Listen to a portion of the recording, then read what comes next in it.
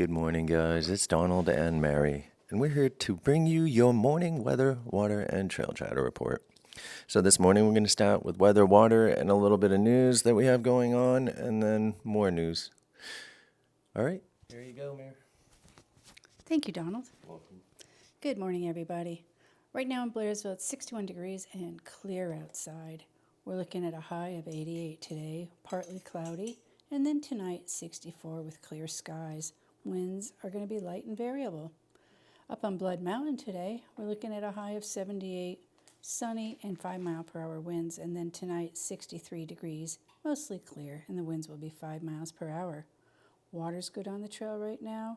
Still make sure you top off at Hawk Mountain Shelter because you have that 6.2 hiking north to Justice Creek that you will be dry until you get there. And then right now at the moment, Slaughter Creek, just before you head towards Blood Mountain, it does have a bit of water. Not a whole lot, but you can get some water out of there. That will dry up as the summer progresses if we don't get a lot of rain. So another news for Blood Mountain, some hikers that we dropped off at Gooch Gap the other day said that they saw several rattlesnakes as they were coming up over Blood Mountain, and a lot of other folks did too. So there was a lot of excitement, people taking pictures and, just safely enjoying nature out there. Also, let's remember when you hike about 5 miles north out of Neil Gap, up on Cow Rock, there's some boulders, and there is a nest of copperheads up in there. Looking at I-40, where the flooding happened the other day, where they're doing the repairs from Hurricane Helene still, there are some detours. There is eastbound detour. Drivers that are traveling east must exit at Hartford Road, exit 447, and then that takes you to North Carolina, 81 north to 26 east. And then westbound to Tennessee must turn around at exit 20 in Haywood County and take I-40 to Asheville, then I-26 to Johnson City, and then I-81 south back to I-40. So those are the detour routes that must be taken because of the recent flooding and road closure right now on I-40. And then one more thing for me, we have a dog that was rescued from Murphy's California hiking trail due to being overheated and running out of water. The dog began to improve once upon receiving water and cooling down. This is a reminder for all of us that want to hike with our fur friends out here, because in the past we've even experienced it with hikers we've dropped. Their dogs will overheat and then they need to come off the trail. They need to get water and into cooler air. Freezing temperatures, the dog's wet, they're uncomfortable. Also, we want paws are all that's frozen. right. Their paws are frozen, and we also want to remember in the summertime their paws can blister, and they can get tore up on the rocks and everything Poor out little there hands. too. That's right. They're So tiny hands.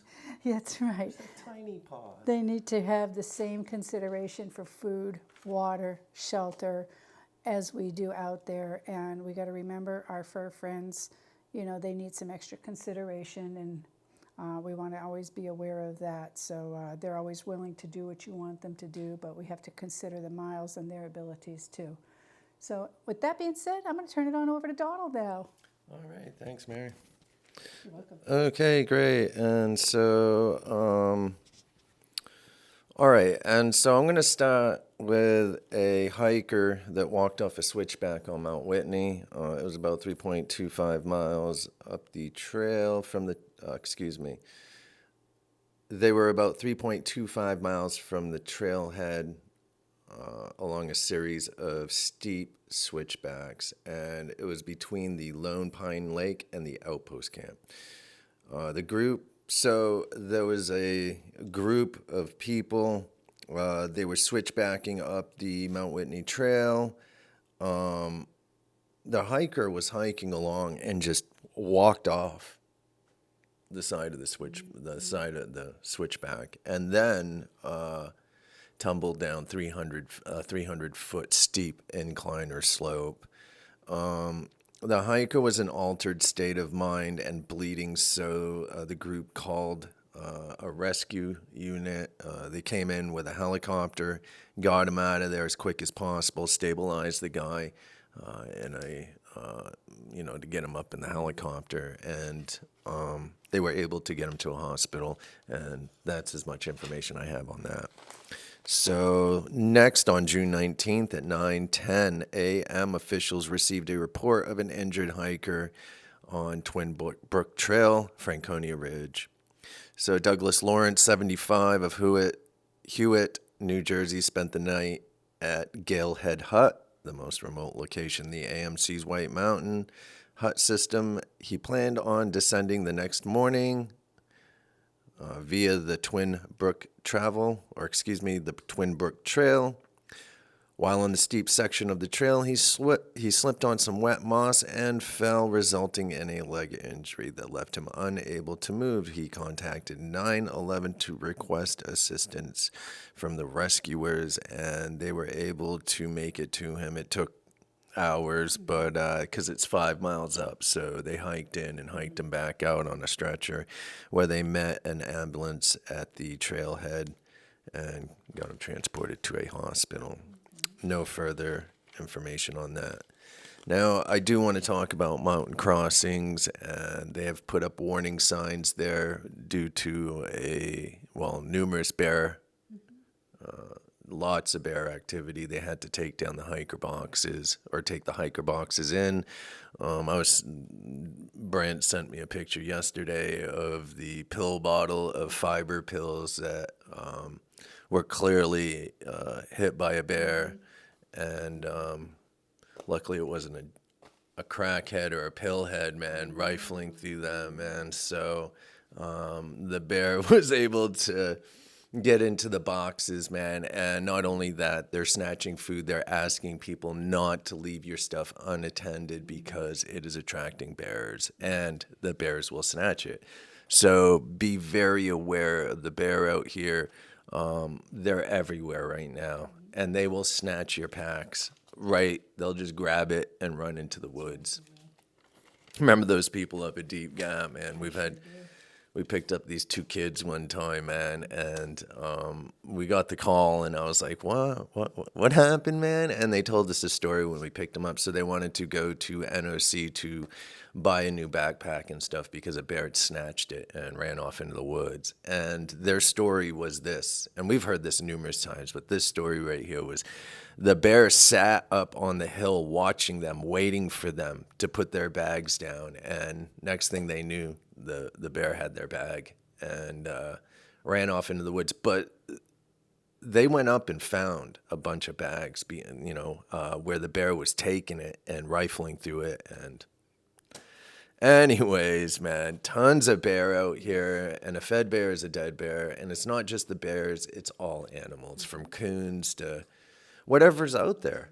You know what I mean? The mice, they're equally as bad, man. Speaking of the mice, the same folks that told me about the rattlesnakes that we dropped at Gooch the other day, he was saying that one of his sons, his tent got chewed through by a mouse. Yeah. And so when you get to these areas like the shelters and stuff, there's a lot of mice, not just in the shelters, man, but they're around the area. And so you remember how Rising Sun always camped away from the shelters? He's like, man, I don't want to camp there. And I know why he didn't.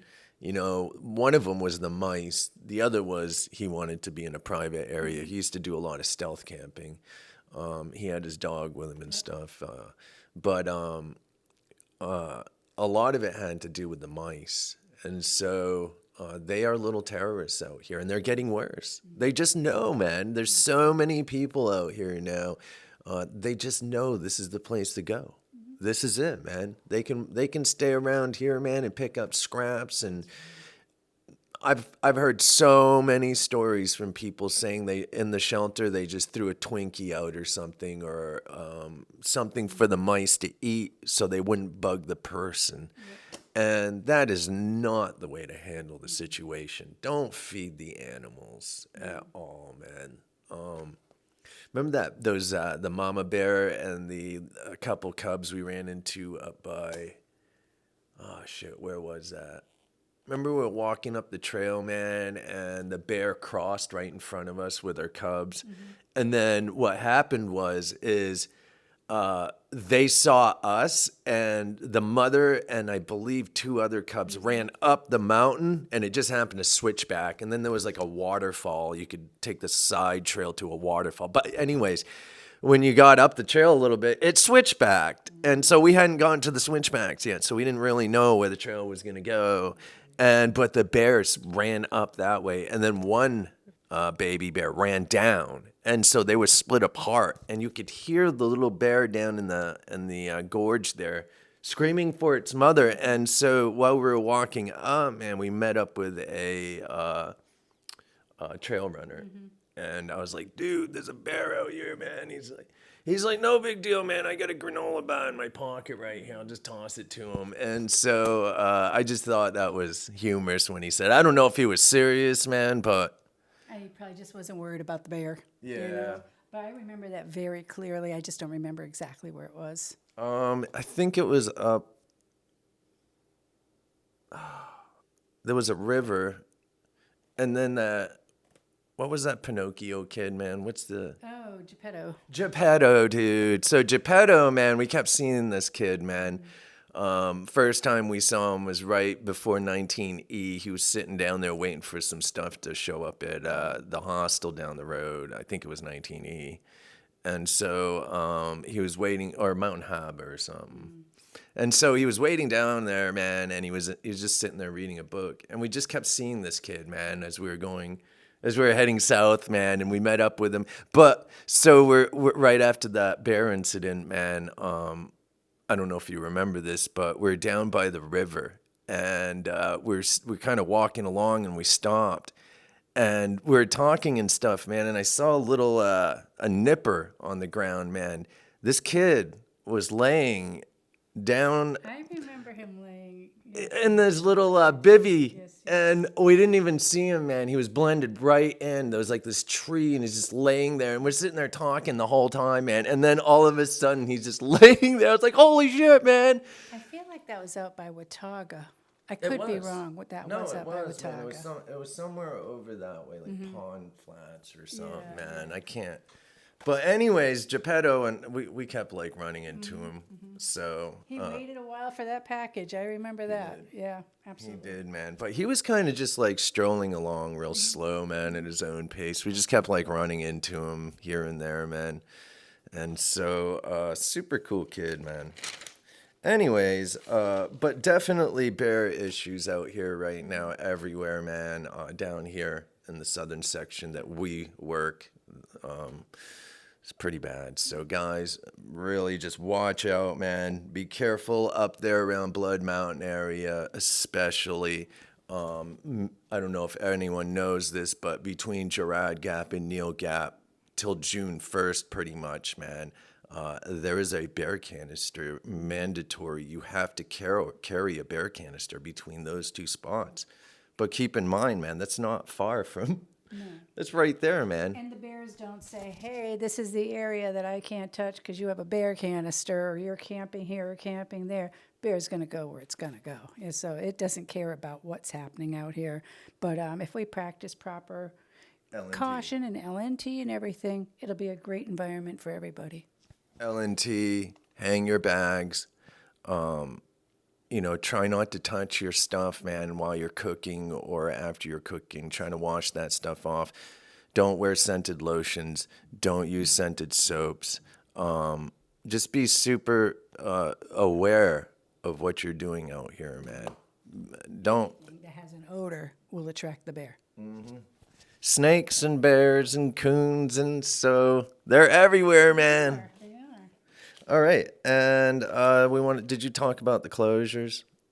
The shelter closures up in the Smokies, we're still looking at Cold Spring Shelter, or Double Spring Shelter, I'm sorry.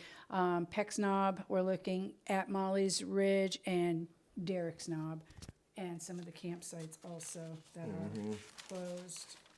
Let's see, let me come back here. Let's see, I don't have it right now at the moment. Listen. Hold on, guys.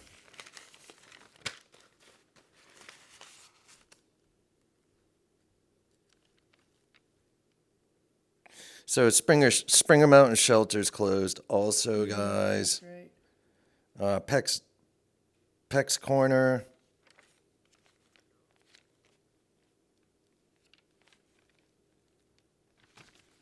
So Springer, Molly's Ridge, Derrick Knob, Icewater Springs, number 49 campsite. Bear warning campsites at number 21 and 86 in the GSMNP.